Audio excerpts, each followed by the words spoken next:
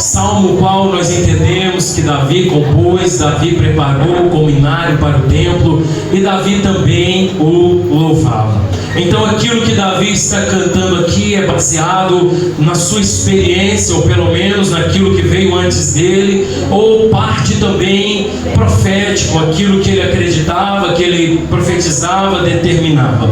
Mas a maior parte deste salmo, Davi, ele está falando das obras de Deus, que Deus fez lá atrás, que Deus fez quando Israel caminhava pelo deserto, que Deus fez quando retirou o seu povo do Egito, que Deus fez quando introduziu o seu povo na terra da promessa. E por mais que a terra fosse boa, havia inimigos, e por mais que Deus fosse poderoso, mas o seu povo era infiel, e o seu povo reincidia em pecar, e Deus permitia que eles fossem entregues nas mãos dos seus opressores, dentro da sua própria pátria, mesmo sendo Israel maior do que esses inimigos, mas grande também era o pecado do povo. Mas outrora, volta e meia, Deus também mostrava que quando o povo se arrependia, maior do que o pecado deles, maior do que o inimigo, era a misericórdia de Deus,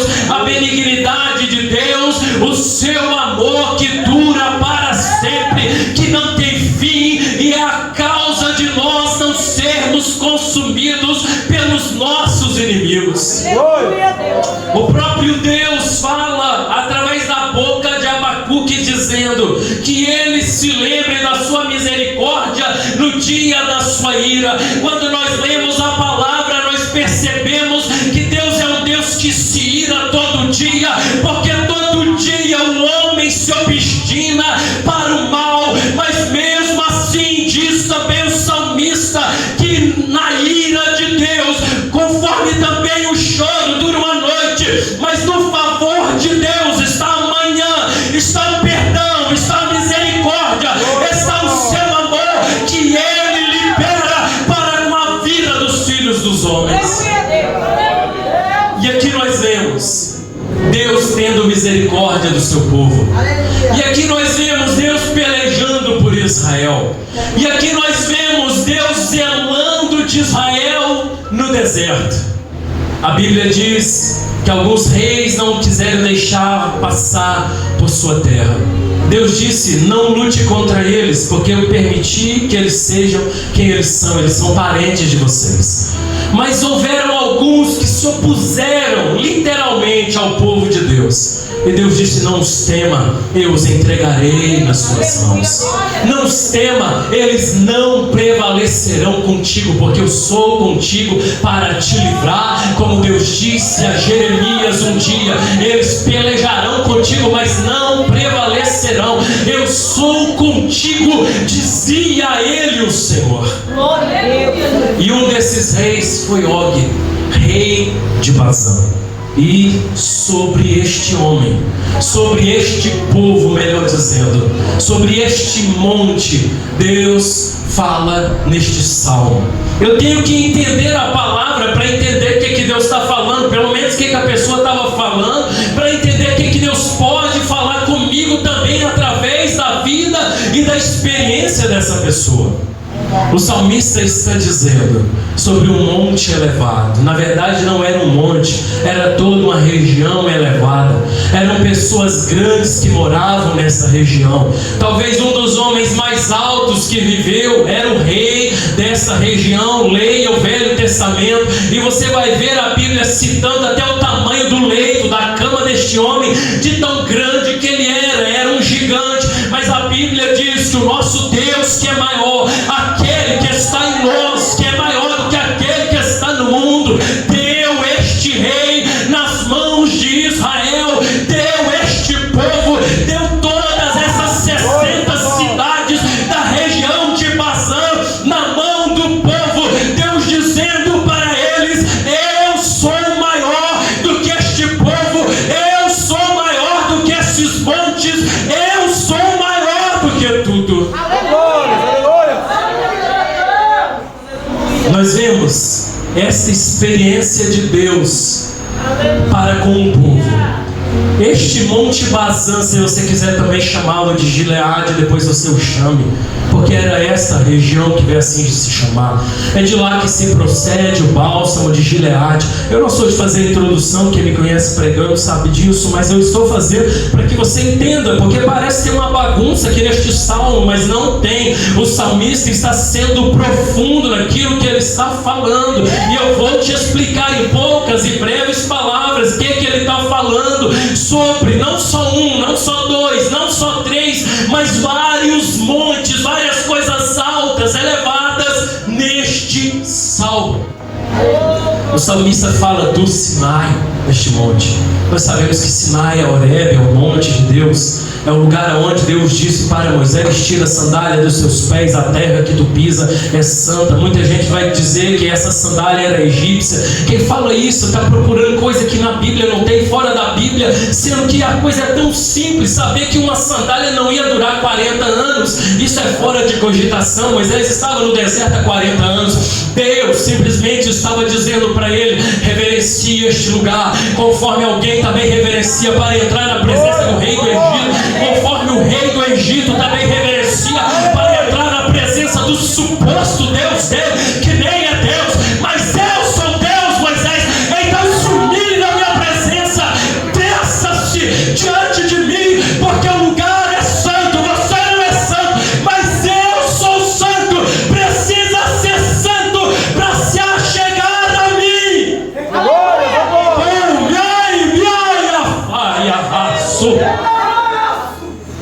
E neste monte santo, Deus desceu sobre o monte, a glória de Deus se manifestava.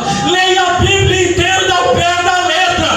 Deus manifestava fogo, clarão, relâmpagos, de um lado para o outro, cruzando todo o monte. E não era coisa natural, era coisa de Deus. Deus estava lá falando com o seu servo, e o seu servo falando com ele. Sobre o Sinai, e fala: o Sinai também é um grande monte. O salmista diz: no Sinai Deus fez grandes coisas. O Sinai é elevado. O Sinai foi um monte de Deus, em outras palavras. Mas aqui também Davi já conquistou Jerusalém, ou Jebus, e ele chama também Jerusalém de monte de Deus. Quando ele fala de um lugar santo, quando ele fala de um lugar sagrado, um lugar outrora de paz, depois um lugar que veio a ser lugar de pecado, mas agora novamente Davi está dizendo: este é o lugar da habitação de Deus, aqui morará o nosso Deus. Ele escolheu para aqui glorificar o seu nome, ele escolheu para aqui repousar entre o seu povo.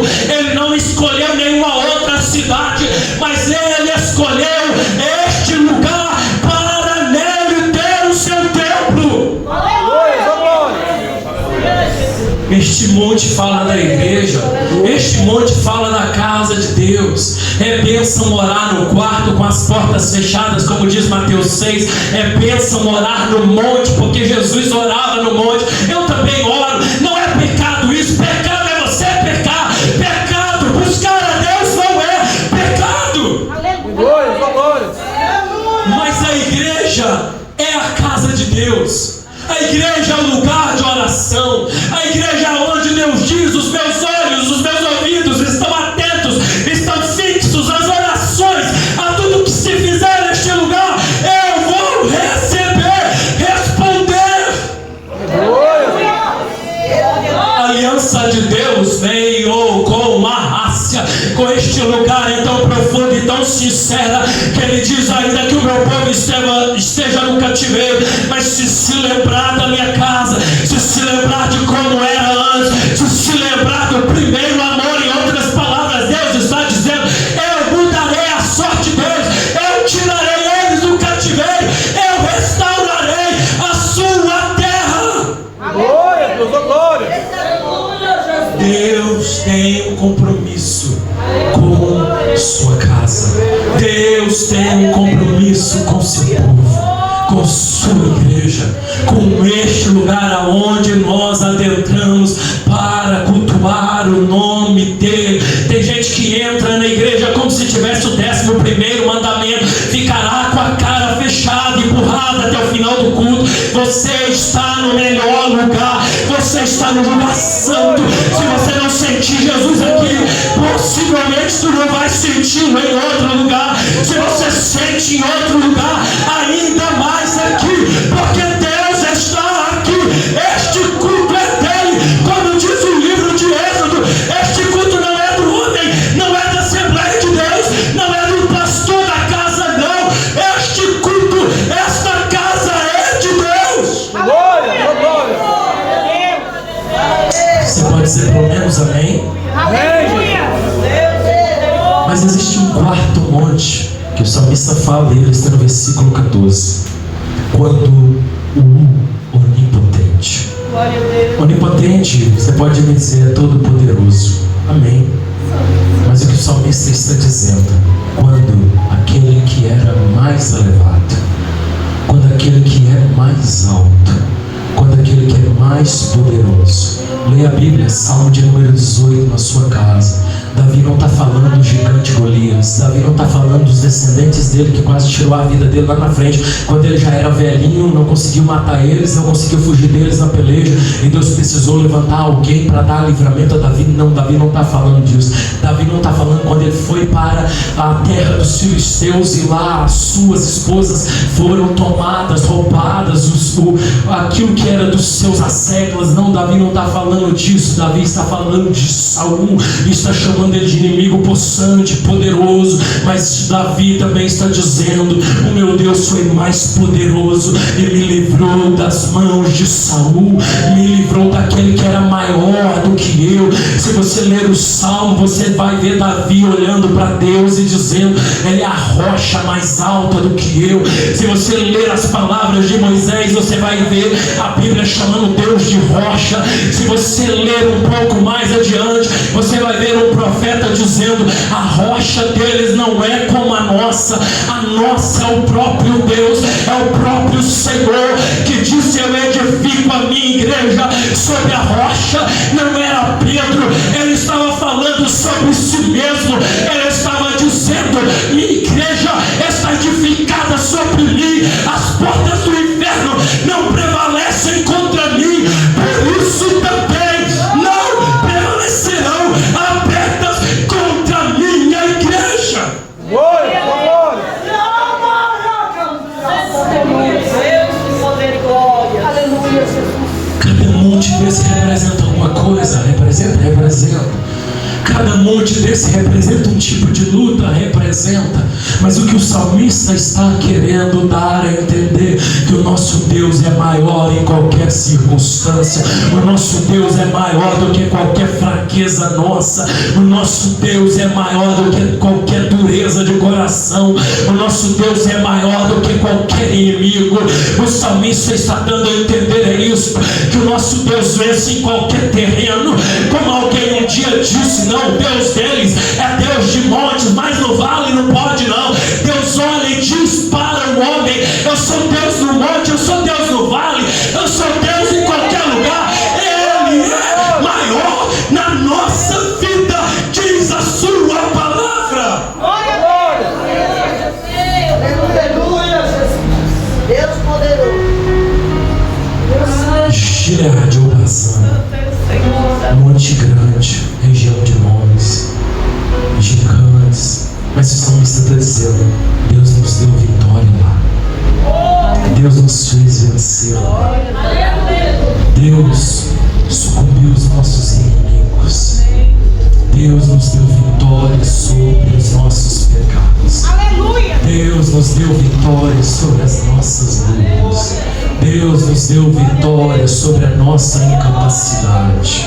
Deus nos deu vitória na nossa fraqueza. Alguém leu Filipenses nessa manhã, quando Paulo diz: eu posso todas as coisas naquele que me fortalece. A leitura seria incompleta se você não leu o versículo anterior. Ele está falando das suas impossibilidades, das suas faltas de recurso, das suas lutas, que tem hora que ele enfrenta, tem hora que ele tem hora que ele não tem, tem hora que ele tem, mas ele está dizendo: não importa, eu posso em qualquer circunstância, porque a minha força vem do Deus que eu sirvo, a minha providência é o próprio Deus, a minha saída é Deus, o meu socorro é Deus, o meu livramento é Deus, a minha paz é Deus, a minha alegria é Deus, a minha felicidade, a minha fonte de gozo é o próprio Deus, a minha existência provém dele, nele nos movemos, nele existimos,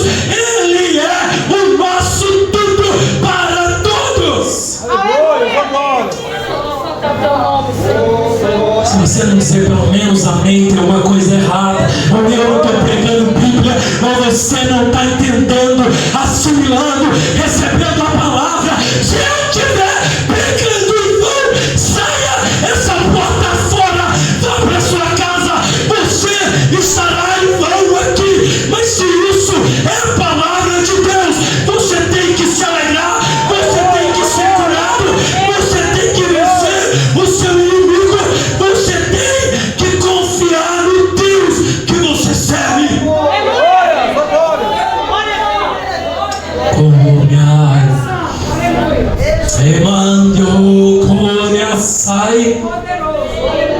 Não importa se você ficar calado, se você não está gostando da palavra, se você não gostar de mim, a única coisa que eu fico triste é o povo ir para a casa da cura, Deus querer curar, Deus querer perdoar, Deus querer salvar, pastor, Deus querer renovar, e saber que o povo foi embora de boca vazia, simplesmente porque não abriu o coração.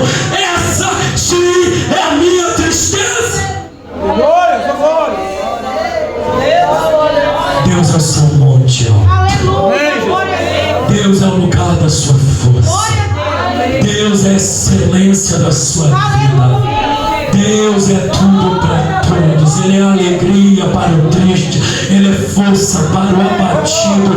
Ele diz na sua palavra que Ele proclamaria liberdade ao preso.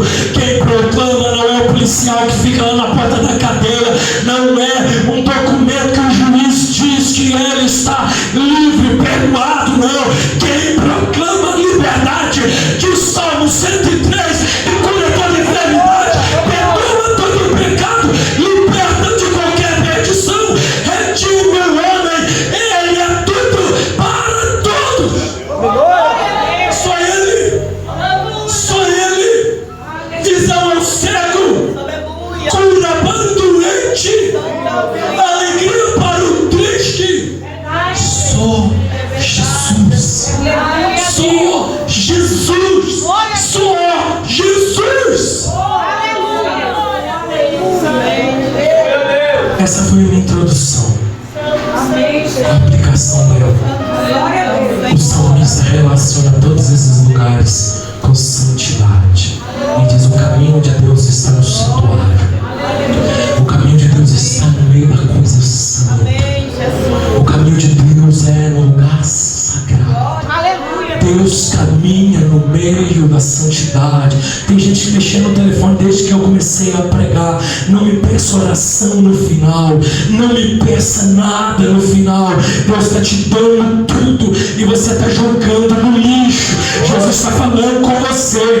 Essa palavra é poderosa para salvar o mundo inteiro, diz a Bíblia Sagrada.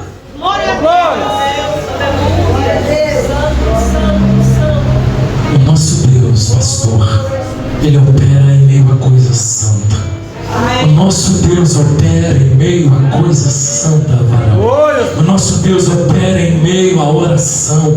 O nosso Deus opera em meio à santificação. O nosso Deus opera em meio à meditação da palavra dEle. O nosso Deus opera é aonde o nome dEle for santificado. Deus disse a Josué: eu não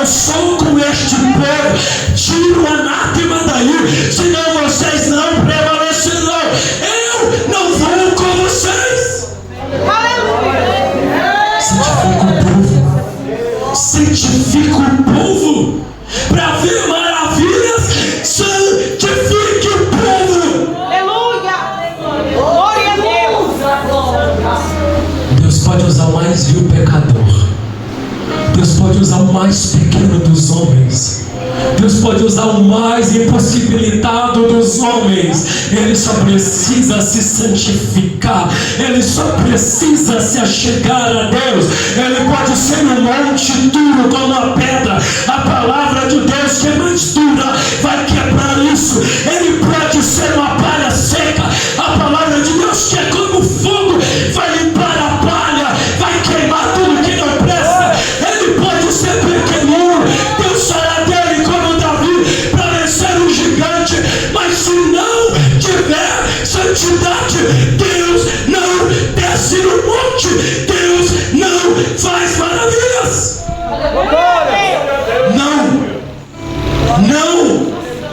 Não pode. Eu tenho alguns minutos ainda. Quer ver uma igreja morrer? Não é pela luta. Quer ver uma igreja morrer? Não é por falta de recurso financeiro. Quer ver uma igreja morrer? Não é por ela se apartar um pouco do Estado, da política, que seja, entenda como você quiser, dos homens, da sociedade. Não é nada disso. Quer ver uma igreja morrer? Introduza nela o pecado. Como introduzir nela o pecado? Faça aquilo que está lá no livro de Daniel. Tire as coisas santas, introduza as imundices, as impurezas, a imagem de ciúmes, como diz em Ezequiel, aquilo que é desolador, que seja aquilo que provoca a ira de Deus. Você vai ver, como diz no livro de Ezequiel, a glória de Deus saindo do meio da casa. Você vai ver o povo se esfriando, e você vai ver como Deus disse a Ezequiel: coisas piores do que essas tu verás. Tu verás. Quer ver Deus voltar a operar na igreja? Retire aquilo que é imundice.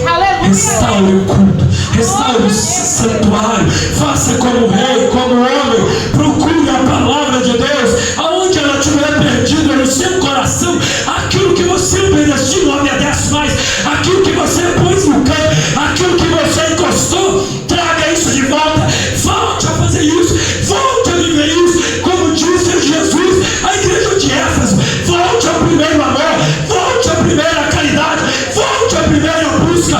E eu serei com você. Deus está dando a entender. Ele fará nas nossas vidas.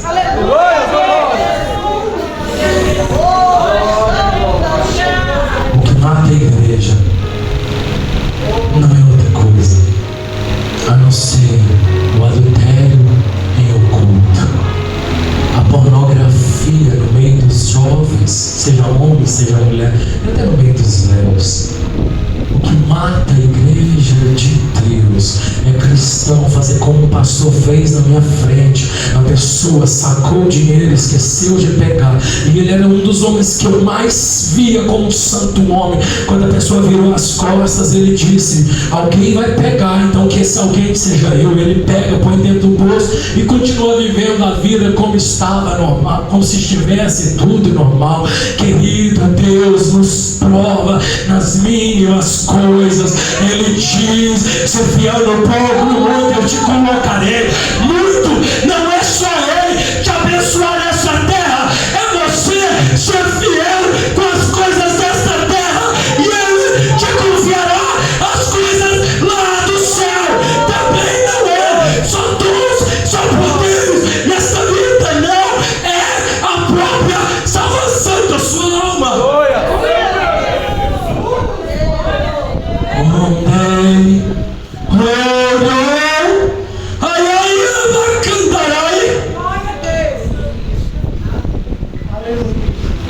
Deus é maior do que qualquer monte. Deus é maior do que qualquer muralha. Ele está falando através do salmista. Mas precisa disso ser consagrado a Ele. Precisa da nossa vida ser rendida a Ele. Precisa de todo o nosso ser controlado por Ele. Glória a Deus. passar, só para guardar pelo menos uns segundos, que talvez a pessoa para mesmo. Guardar mais uns 10, que talvez dá para a pessoa se tocar que é ela, meditar um pouquinho mais, fazer isso quando estiver na casa dele. Porque eu aprendi com mais velhos, pastor, que você não fala quando o mais velho está falando. Quem está falando aqui é o teu Pai Celestial. Quando tem uma criança falando aqui na frente, eu procuro absorver. Quando tem um velhinho falando, eu procuro absorver. Pode ser meu inimigo, mas se Deus estiver usando ele, é Deus da vida dele, e eu tenho que acatar. Glória. Aleluia. Aleluia, aleluia. Você pode dizer amém, se não disser também, eu continuo pregando da mesma maneira. Aleluia, aleluia. Deus está revelando, tá? Você vai orar por pessoas, Deus está curando, tá? Deus vai renovar, vai. Mas eu não vou deixar de pregar a palavra, porque tem gente gostando, tem gente não gostando, tem gente que não quer, tem gente que quer. Isso não muda nada. Me importa eu ter a certeza que Deus está falando através da minha vida, que eu estou sendo fiel naquilo que Ele quer falar. Isso para mim está de bom tamanho. Isso para mim já é motivo para eu continuar falando até no tempo que eu entender que Ele quer que eu fale.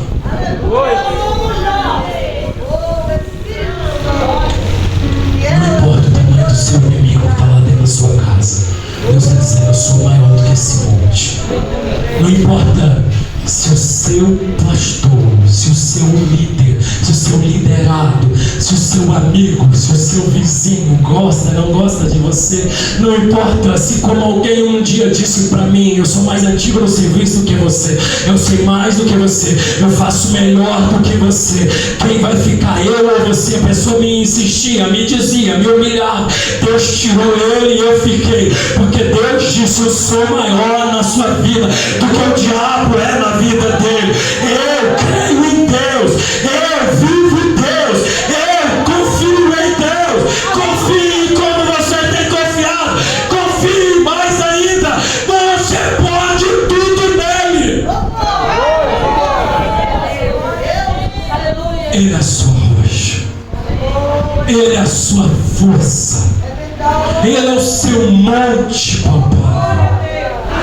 Ele é o seu lugar alto. O salmista diz, eu estou encerrando a palavra, ele diz assim, Senhor, meus pés atolaram, minha alma afundou, os cordéis vieram sobre mim. Está no Salmo, tá? Ele diz, angústias do inferno me sobrevieram, mas ele diz, não deixará minha alma no Hades, não permitirá que o teu santo veja corrupção. Ele está sendo profético, tá? Ele está pressentindo aquilo que Jesus também ia sentir, sim, mas ele estava falando também, principalmente sobre si mesmo. Ele viveu, ele sentiu isso, mais ou menos como Jonas também sentiu, e chegou a dizer que desceu ao profundo mesmo. Não foi só a cidade aonde ele desceu, a Jope, a água, o rio, não, o navio, ao vento do peixe, a profundeza do oceano, não. Ele desceu ao mais profundo do abismo. Ali só Deus para salvá-lo. Mas o salmista disse, ele me pôs de novo na rocha, ele firmou de novo meus passos, ele tem um cântico novo, ele pôs a minha boca. Muitos verão, ouvirão, temerão, confiarão, saberão que foi ele que fez.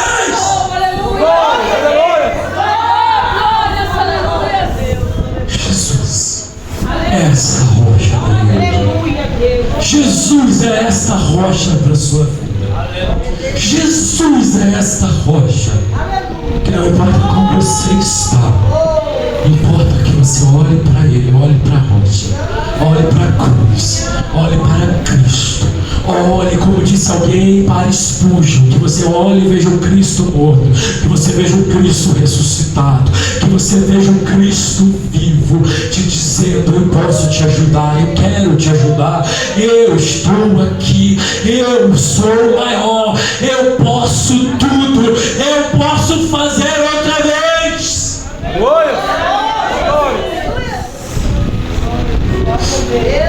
Não importa se você está desviado, não importa se você está caído, Importa que Deus não se desvia, que Deus não muda, que Deus não é como a água. O cristão é como a água. Às vezes vira gelo, às vezes vira vapor, vira água de novo. Deus não. Deus é como um diamante. Ele não muda de estado de um para o outro. Ele não apodrece, ele não reverdece depois como uma árvore que seca. Não. Ele é sempre o mesmo. Ele é perfeito em perfeição. Se você olhar ele pela direita, ele é igual pela esquerda. Se você olhar pela frente, é igual de trás. Se você olhar por cima, você vê ele. Se você olhar por baixo, você vê ele. Resumindo, ele está sempre lá da mesma maneira. Ele não muda, ele diz, e por causa disso nós não somos consumidos. Ele é o mesmo, ontem, hoje, será eternamente. Ele fazia, ele ainda faz. Ele batizava, ele ainda batiza. Ele curava, ele ainda cura. Ele renovava, ele ainda renova.